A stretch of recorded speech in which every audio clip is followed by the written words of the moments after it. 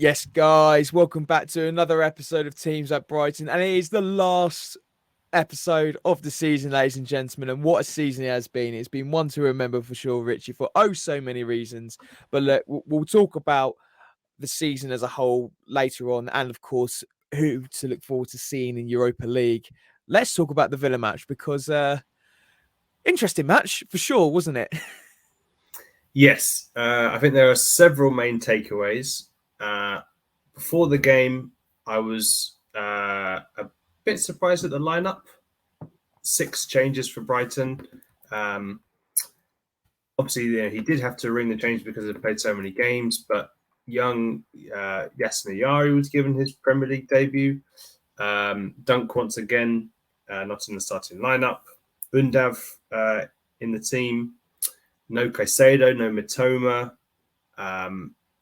So yeah, interesting lineups. And also the marathon man, no Estupinian, finally given a well-earned rest for a bit before coming on in the second half. So yeah, I was thinking this midfield could be a little bit lightweight, and I think it proved to be, sadly. The crowd was really up for it. I instantly got Newcastle away and Nottingham Forest vibes. I was thinking, oh God, this is going to be a day where Brighton are just not quite at their best and the crowd are going to roar them home. And it looked like that was going to be the case when they went 2-0 down.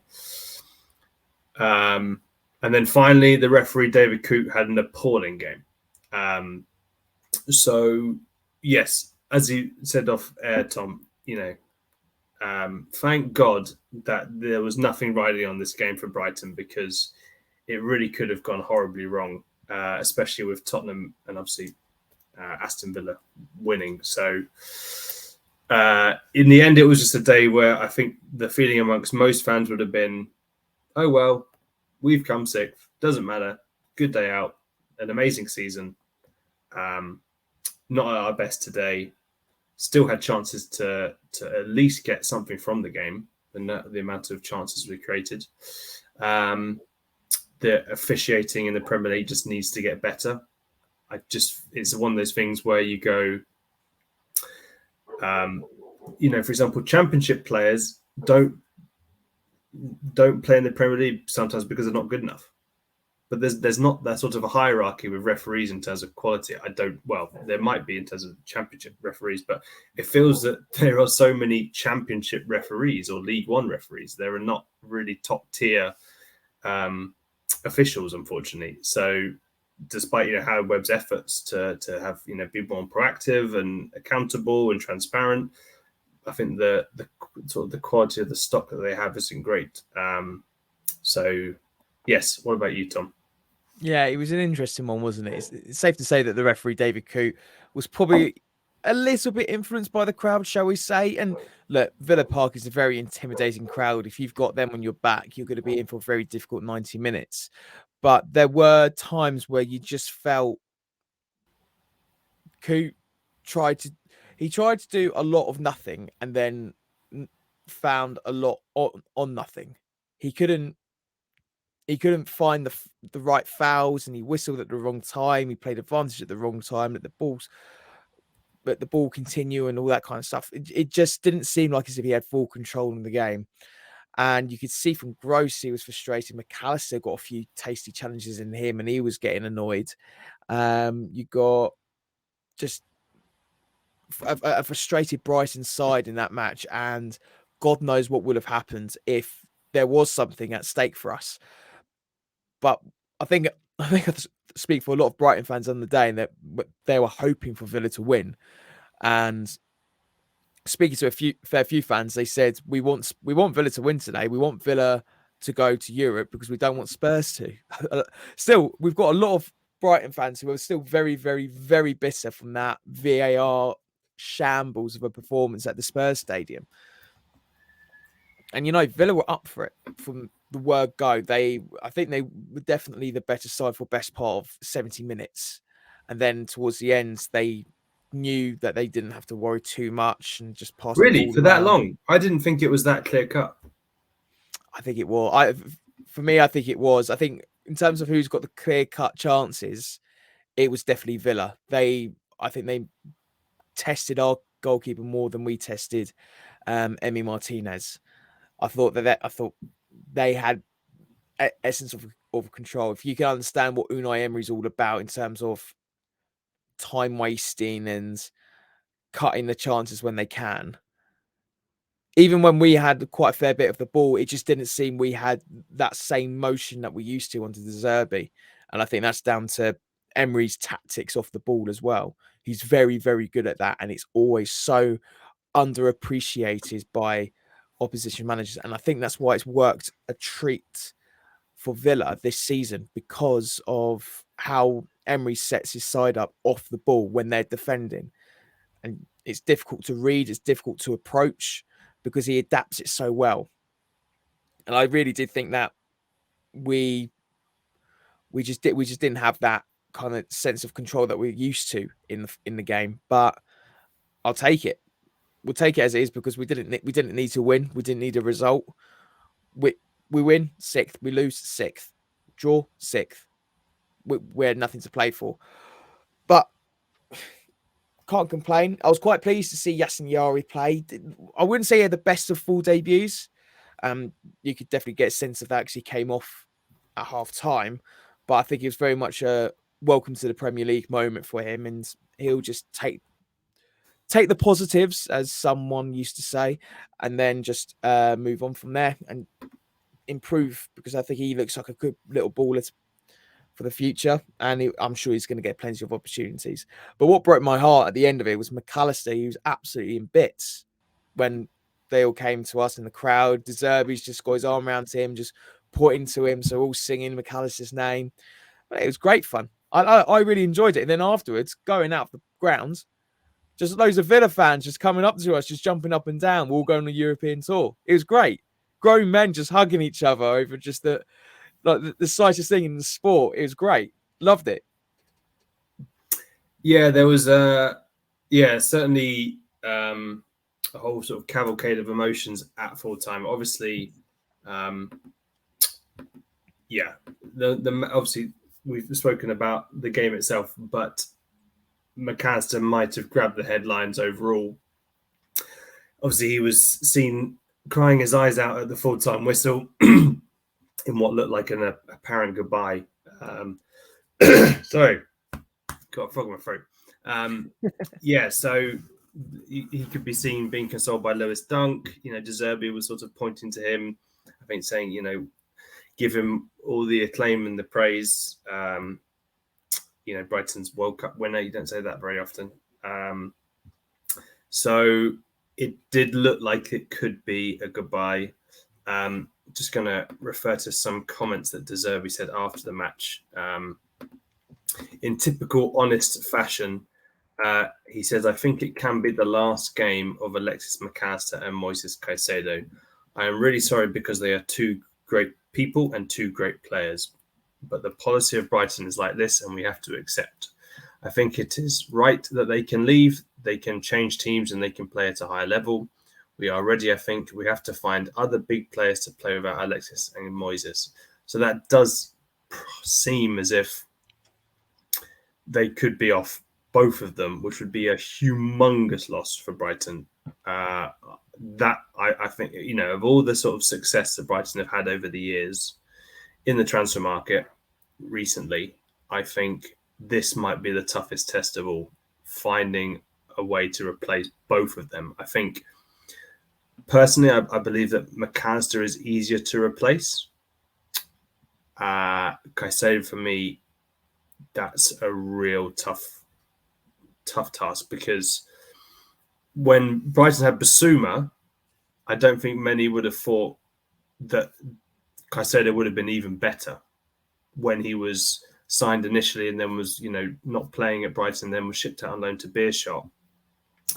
But then somehow Caicedo has become probably a more well-rounded player than Basuma, which is, fantastic credit to him. But is there another replacement in the building for him? Or do they have to go big? It's an interesting one. So I think Brighton could find a way to replace McAllister. Fantastic player though he is. I think it will be a real their credentials will really, really be tested if they want to keep performing so well and find a way to replace McAllister. Sorry, Caicedo.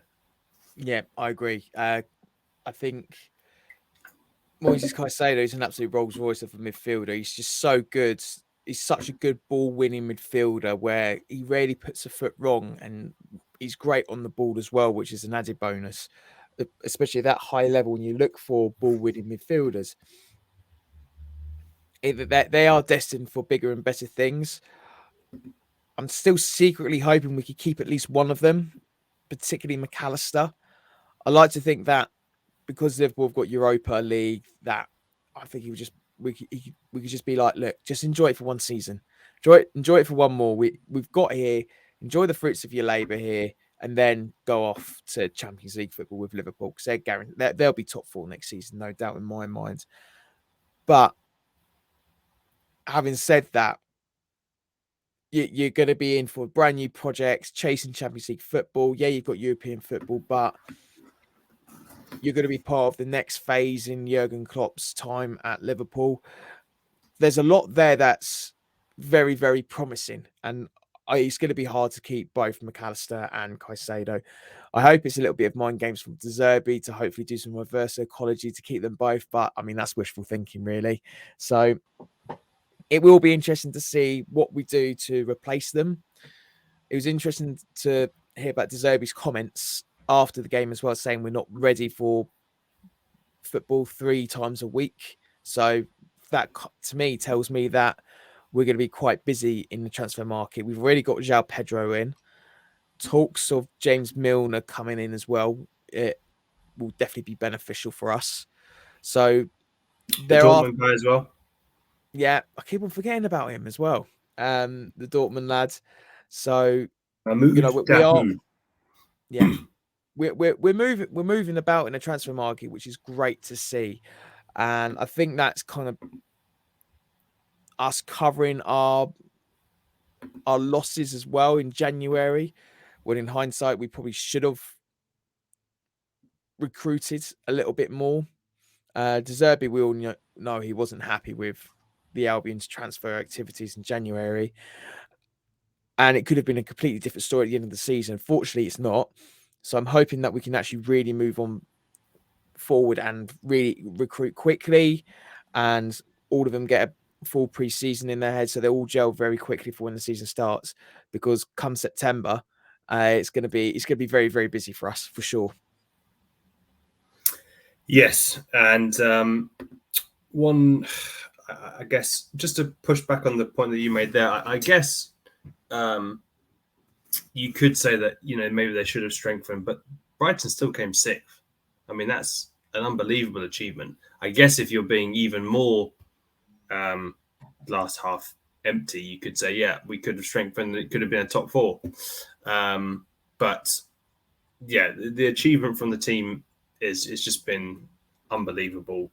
I saw in Tony Bloom's annual review that he said this is the best football that the club has ever played.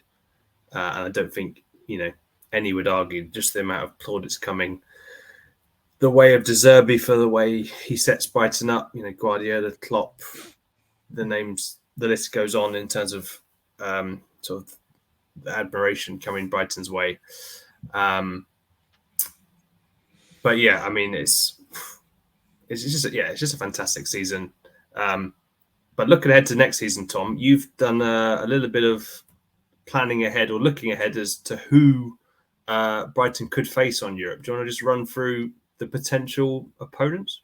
Yeah, we've got quite a lot to go through here. Obviously, some of these teams we might not be able to face because they might be in the same pot as us in the group stages, and also some of them got to deal with a qualifying rounds before going into the group stage draw. There's still quite a fair bit to play for, and just going through the dates here, unless something happens over in Scotland, in the fact that Inverness Caledonian Thistle shock Celtic to lift the Scottish Cup, we will be seeing Aberdeen in Europa League next season. In the qualifying rounds, it's amazing to see that Ajax, who were finalists not that long ago, semi-finalists in the Champions League sooner than that, are in the qualifying rounds of the Europa League. They haven't had the best of seasons. Alfred Schroeder wasn't a great successor to Erik Ten Hag.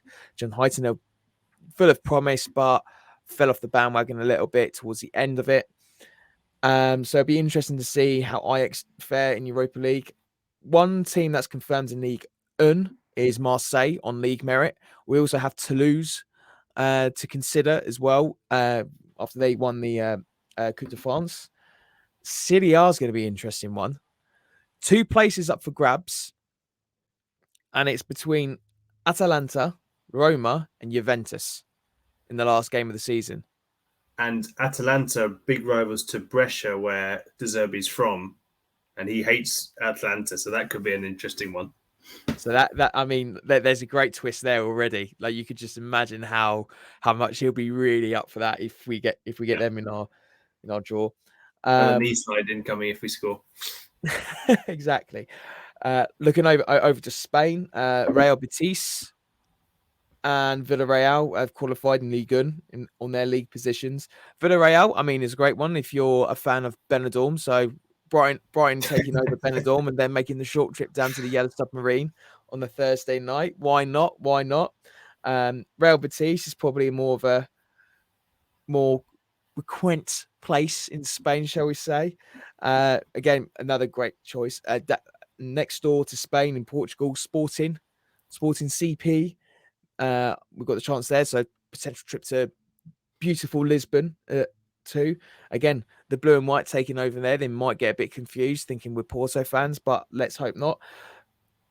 And then we've got, there's a fair few other places we've got for. Freiburg in the Bundesliga as well, after the absolute drama in the Bundesliga in the last game of the season last weekend, where Munich scrapes through, and God knows how that happened.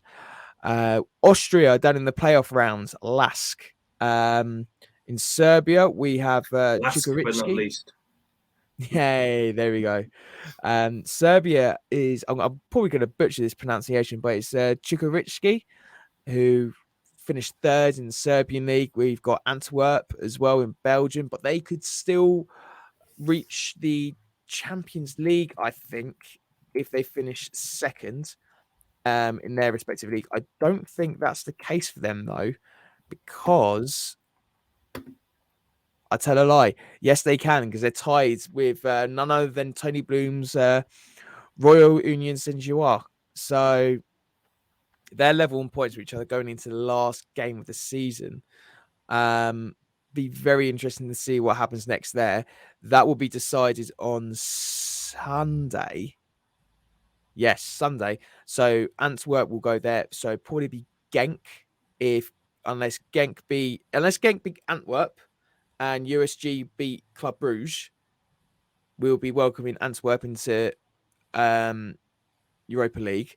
So there's a lot of fairly big names in this. Big names. Of course, as well, we might be welcoming another Italian side, Fiorentina, playing West Ham United next week in the Conference League final.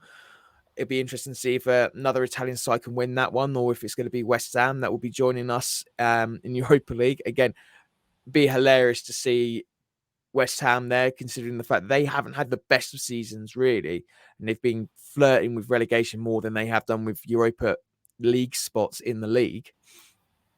I think you've got plenty more on offer here. We've got further down, third qualifying round, you've got Olympiacos, you've got Slavia Prague. So I'm sure many Brighton fans will be praying for a trip to Greece and a trip to Prague as well, for all their glory. Exciting times. I know that there's someone on Reddit who put up a hypothetical pot of all the teams as well.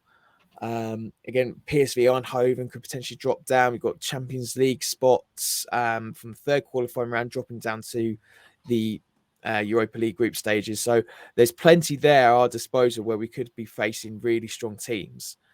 And I'm loving every minute of it. Can't wait for it.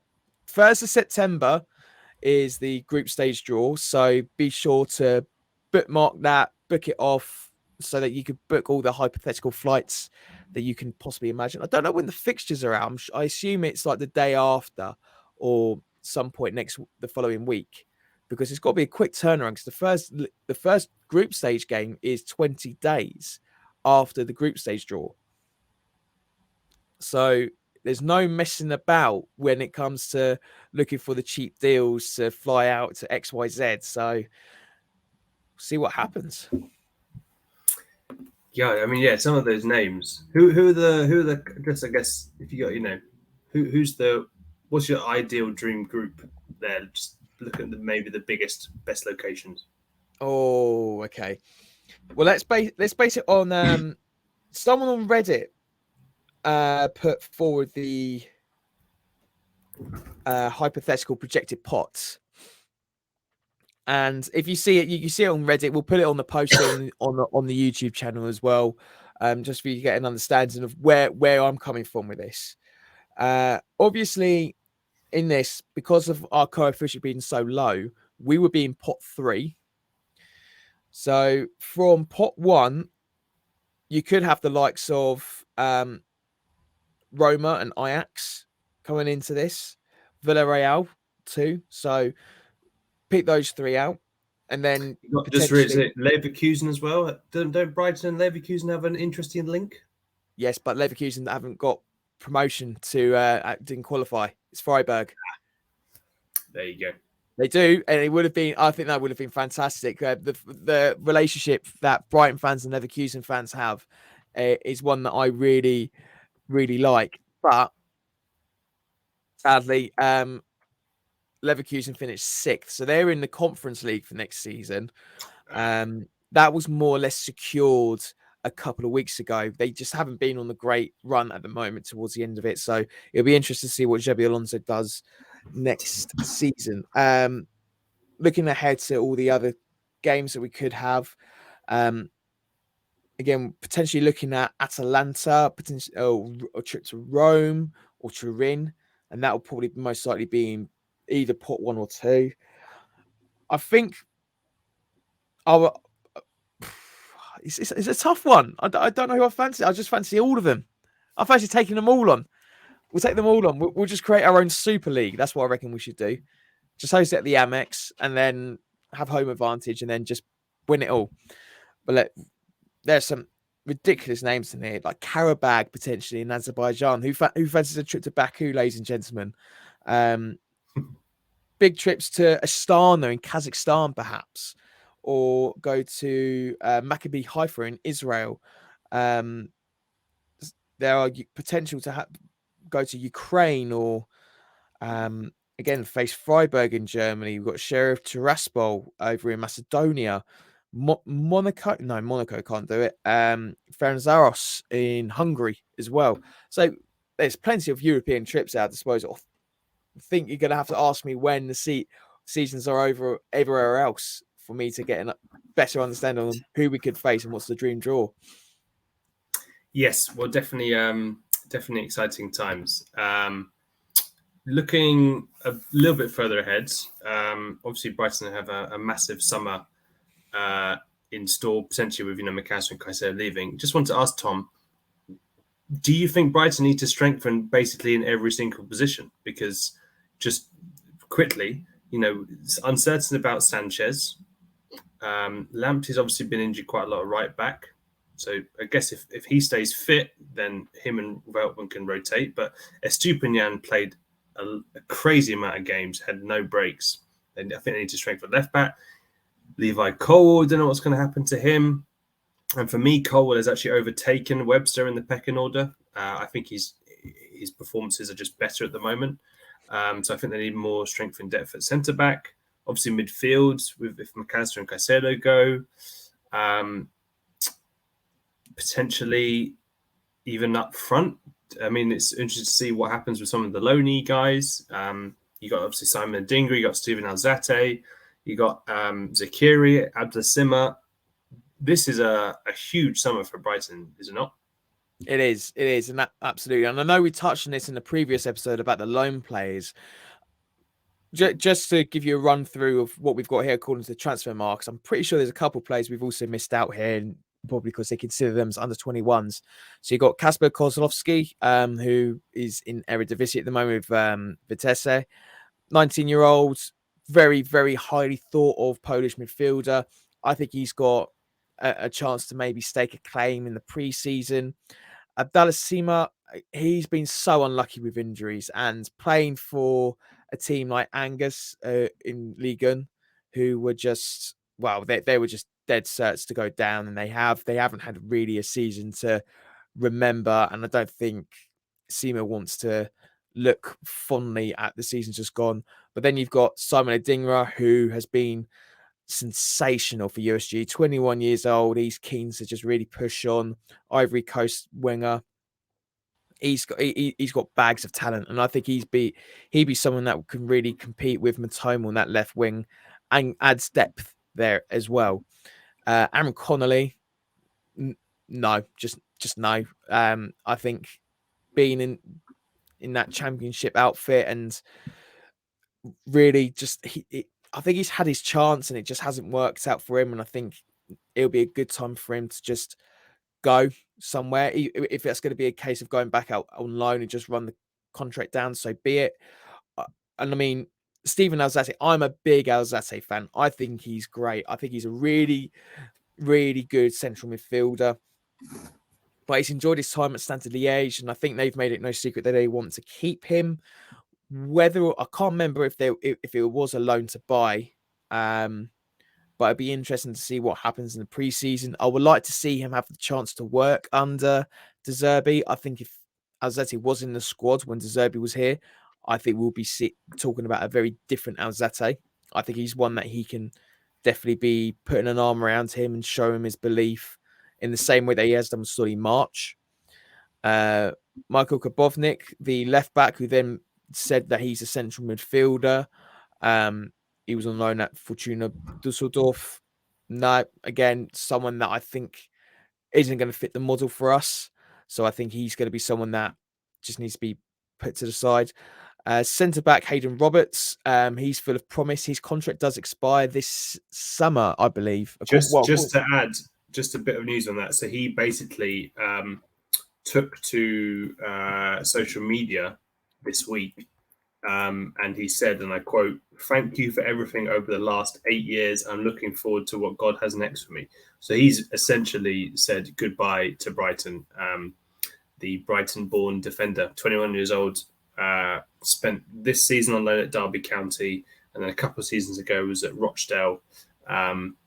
It's a shame because he, in the past, has sort of said he wanted to play hundreds of games for Brighton, but I think we spoke about it before, how the trajectory of some of the youth players and younger players has now been it's been left behind by how rapid Brighton's rise is, and unfortunately he's, I think, one of those victims. So I think he only played maybe a dozen or so games. Sad that he didn't kick on after he probably showed. I think he showed a lot of promise. There's a lot of excitement about him when he played as an 18-year-old back in 2019 in the Carabao Cup, but didn't make a FA Cup or Premier League appearance for Brighton. I think it was on the Carabao Cup. So I guess we all wish him well. Sad that Brighton, the local lad, couldn't make it, but the standards are so high at Brighton these days. Absolutely. And look, we've got a couple of other loanings to go for. Is Kel Sherpen.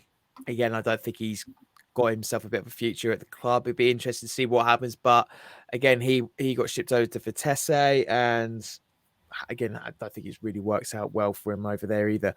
One player that I do think might be an interesting one is Andy Zakiri. Now, he could play on the wings, he could play up front.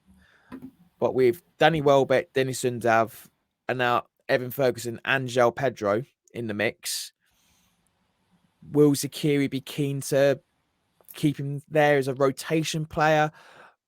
Basel have got that option to make that loan a permanent deal. He's done well at Basel. He's been a big contributor to their run in Europa Conference League. He's performed in Europe. He's performed in the big matches in the Swiss Pro League. Maybe he's just found his feet out there. Personally, I would love to see him play. There was a couple of times where I just thought the glimpses that we saw with him under Potter, he would be a good fit for the future and just needs build up and get the confidence in. He comes in with European experience, so he knows what it's like, the demands to play 3 times a week. So I think that that's something that can really help our players who have who are just about to do it for the first time in their careers, and just get a bit of an understanding of what it's like for him when he was over in Switzerland. But at the same time, would he want just to play first team football now? Does he feel like he's found his level? Does he want to push on and just take that risk for one more season? He does have a year left, according to transfer marks. So it will be interesting to see what happens. But yeah, like you say, really shame about Hayden Roberts, but like you say, like the trajectory the club is going versus where these youth players are going, there's always going to be those harsh decisions that is going to be, thanks for everything, lad. Wasn't meant to be. All the best. It is what it is, sadly. Yes. Switching up a bit, Tom. Brighton's player of the season. Now, this is a tough question because there are, in previous years, I don't know if there was so many players who had, you could make a good case for, for any of them. For me, you could say Lewis Dunk is up there. You could say Pervis Stupinian is up there. You could say Solly March. You could say McAllister. You could say Gross. You could say Caicedo. I mean, there's a lot of players there. I know I've kind of put you on the spot here. Can you name? Should we go? Do you want to go for a top 3, or do you want to just go for an outright one? I'm gonna go for the outright one, and I'm gonna say it's Solly March. I think how he's turned himself around this season, and I've always said this. I think I've said this about 5 times in this podcast. The thing with Solly March that stood out for me was a quote from Glenn Murray when he was at the Albion, where he said, Solly March is the most frustrating player I've played with because what he does in the training pitch is frightening, but he doesn't translate it onto the football pitch on the Saturday.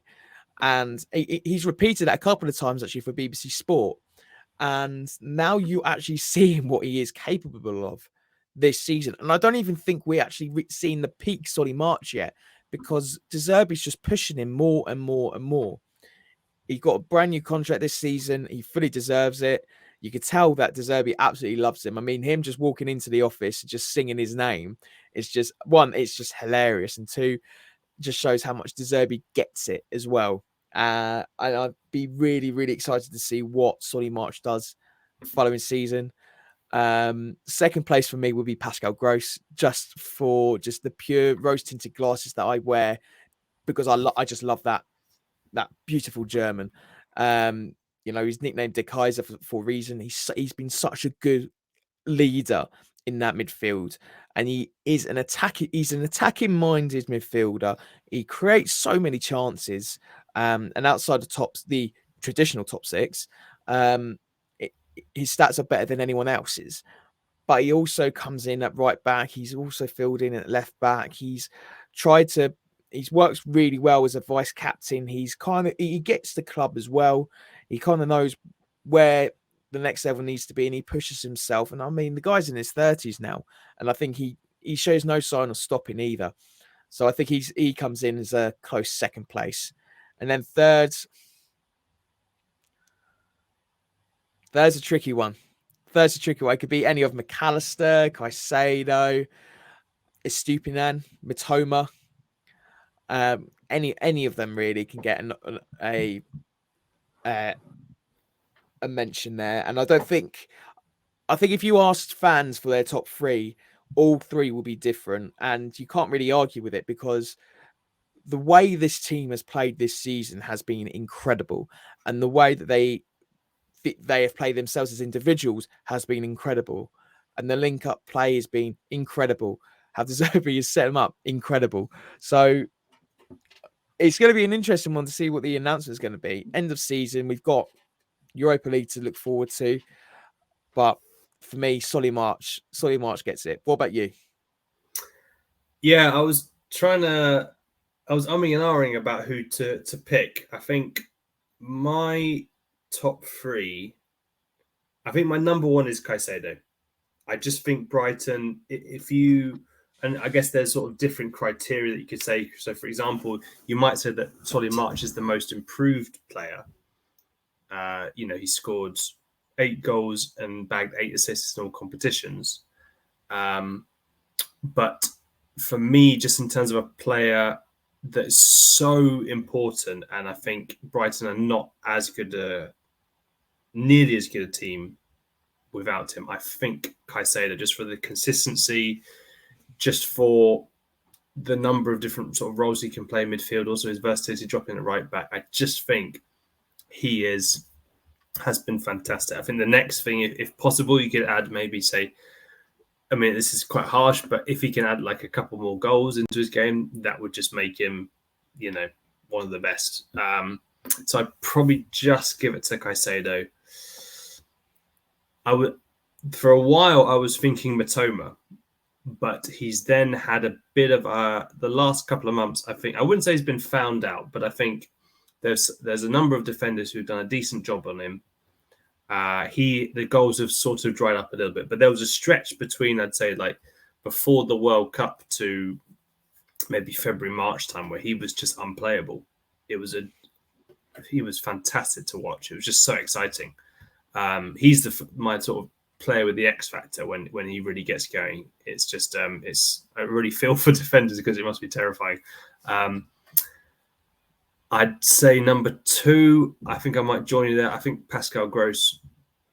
I think this is his best scoring season in all competitions since he's joined the club. 10 goals, 10 assists in all competitions. He shows no sign of slowing down. Again, the versatility, just does a job. Lots of assists as well. It's just, he's got so many strings to his bow.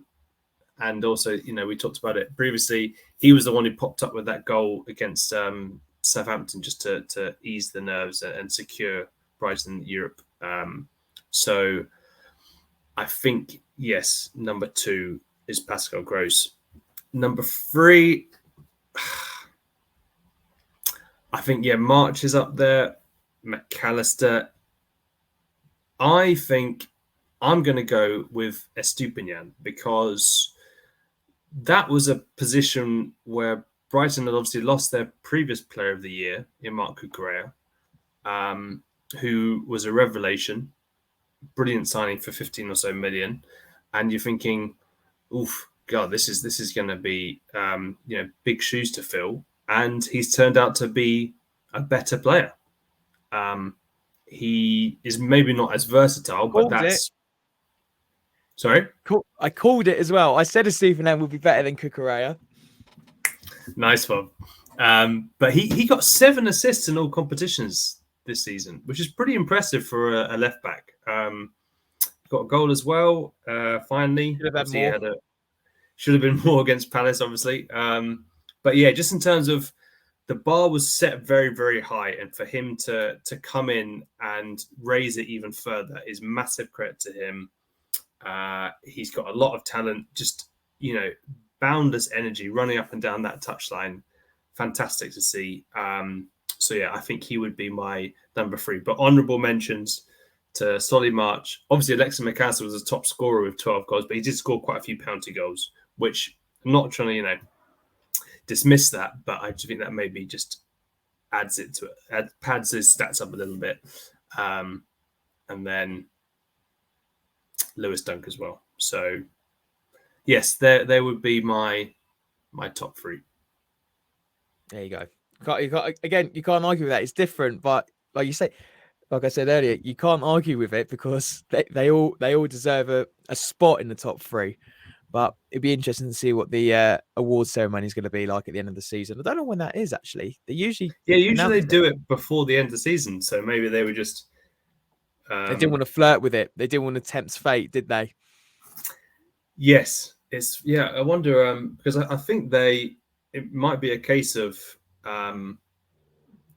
they're heading off pretty quick on their holidays. I think they're definitely early that. I think, but I wouldn't be surprised if the awards were very soon, because they'll be lost for weeks because they'll be off partying or whatever. Yes, I mean, unbelievable season, 6th in the league, and yeah, so much excitement. Just hope they can keep on to their best players. One thing to maybe finish on, a little bit sad news on for me, I guess. So I finished my last shift at Sussex Live on Sunday. The company Reach PLC, making quite a lot of people redundant, sadly, and that's me included. So yes, I'm off to pastures new. It's been a fantastic, nearly 3 seasons covering this brilliant club. My mum is now a diehard fan, which is hilarious. Despite the fact she had no interest at all in football before. And, going to games, speaking with, Roberto De Zerbi and getting to know him and others and the media team, it's just been a real treat. And I feel very privileged and honoured to have been given this chance. And I'd love to cover Brighton again because they're such a great club. And, there's so much to write about. There's such an exciting time. So unfortunately, no European tour for me. But yes, hopefully not goodbye completely. And I guess depending on what happens, not quite sure what will happen with the podcast. If we can keep it going, I definitely want to, because this has been great fun with you, dear boy Tomo. But yes, just want to say big thanks to everyone for reading all my work and being so welcoming to me online. And hopefully this is not goodbye. This is the first chapter of many. Yeah, I'm gutted to see Richie go. Working with him personally has been great. It's been a privilege over the last season. If anyone is looking for a good sports journalist, I mean, look, guys, he's on a free transfer now. Transfer window's open, and you've got free agent Osman. right here. So sign him up. Sign him up. The stuff he's been writing about as well has been great to read. And he came in when there's fair to say not many media outlets cover the Brighton week in, week out. The Argus have always done a superb job, but then Richie's coming in as well and has also done an equally grand job too. And many people love reading his stuff. So Richie, thank you for everything you've done. Gutted to see you go, but you're gonna bounce back. I know you are, and wherever you go. So, and no doubt you'll be coming back on the Teams Like Brian podcast in the near future soon. So, but yeah, guys, that's everything we have to go. That's everything now. That's everything now for the season. Can't believe it. It's like as if we only started this yesterday. But now look, what are we going to talk about? What are we going to do? I know. It's weird. And there's no international tournaments to look forward to either. It's bizarre. But look, guys, thank you so much for listening to us our whole season. Be sure to like, subscribe, and everything in between as well. If you're watching on YouTube or on your podcasts, wherever that may be. We will be back. We will be back talking about the Albion ahead of the season and when the fixture lists come out and all that jazz. We might even do a few odd pieces here and there. Who knows? But look, guys, thank you so much once again. Take care. And as always, up the Albion.